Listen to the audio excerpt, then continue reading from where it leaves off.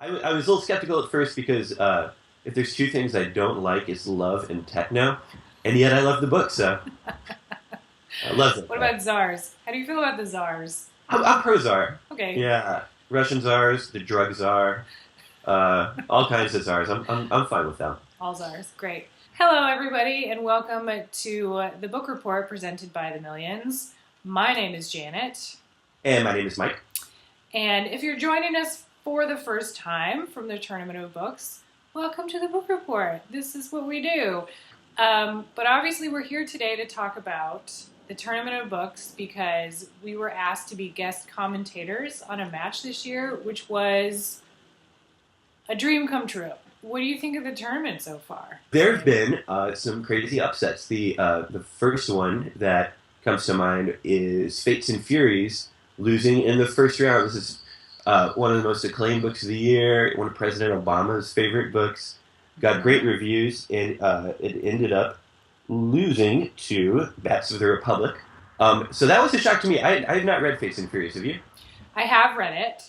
I liked it a lot. I love Lauren Groff. I think it affirmed that I love Lauren Groff, but did not become one of my favorite books of the year.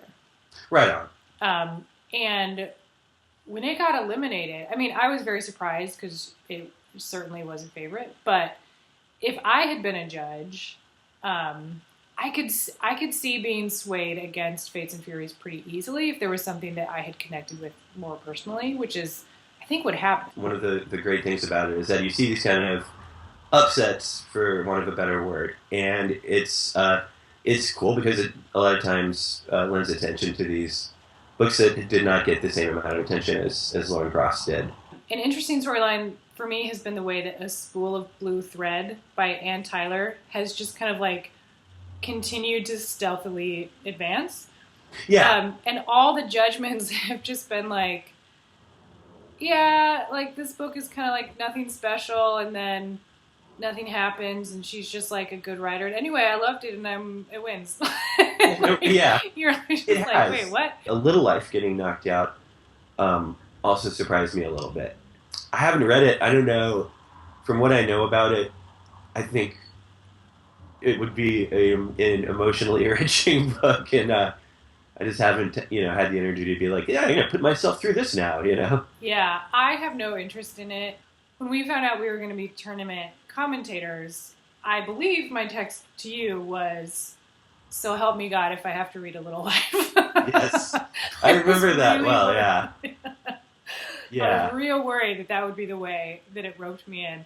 When you got the email that it was Tsar of Love and Techno in the Sellout, what were your thoughts? So my first thought was, God, poor Tsar of Love and Techno. There's absolutely no way I'm going to like this book as much as The Sellout. Mm-hmm. And then I read it, and I can't say I liked it as much. It really came close to me. Came close for me, rather. I loved it. My original thought, my initial thought when I saw the two books was oh, I bet the Tsar of Love and Techno made it farther than expected, and this is when it gets knocked out. You know what I mean? Yeah. I was I think this is going to be the end of a good run for the Tsar of Love and Techno. It's just anybody who talks about the Sellout talks about its importance with a capital I. It just has sort of a more it has more of an air about it. Tsar of Love and Techno, I was no matter how well written or funny or great or moving it is, it's always just going to be a really great book to read. Yeah. Whereas the Sellout, I feel it's much more something that everybody needs to know about. I think maybe I said this in the commentary, so I might be quoting myself, but they both achieved what they set out to achieve, but the Sellout's goal was just a little bit loftier. Yes. And so achieving it was a little bit more of a triumph. I'm glad to see that it advanced. I hope it continues to advance. We don't know yet, but yeah, I think it could. I think it could take it. Although I have to say, the tournament, there's sort of a pattern that books that come back in the zombie round tend to win. So I still think that Fates and Furies could win. If I had to put money on it, I'd probably still bet on the Sellout, but really anything could happen, and it's kind of tough to predict, Yeah. I think the Sellout versus Fates and Furies would be really interesting. So, best of luck to you, Paul Beatty. We love you. Absolutely. And thanks again so much to Morning News and the Tournament of Books for having us. We will be back again next Friday, back on the normal schedule, and we hope you will join us then. You'll never walk alone, Mike. You'll never walk alone, Janet. It reminds me of the year during the Tournament of Books where how does a person... What's the Sheila Heti book? Yeah, How Should a Person Be? How Should a Person Be was like tearing through the tournament. It like made it through 3 rounds.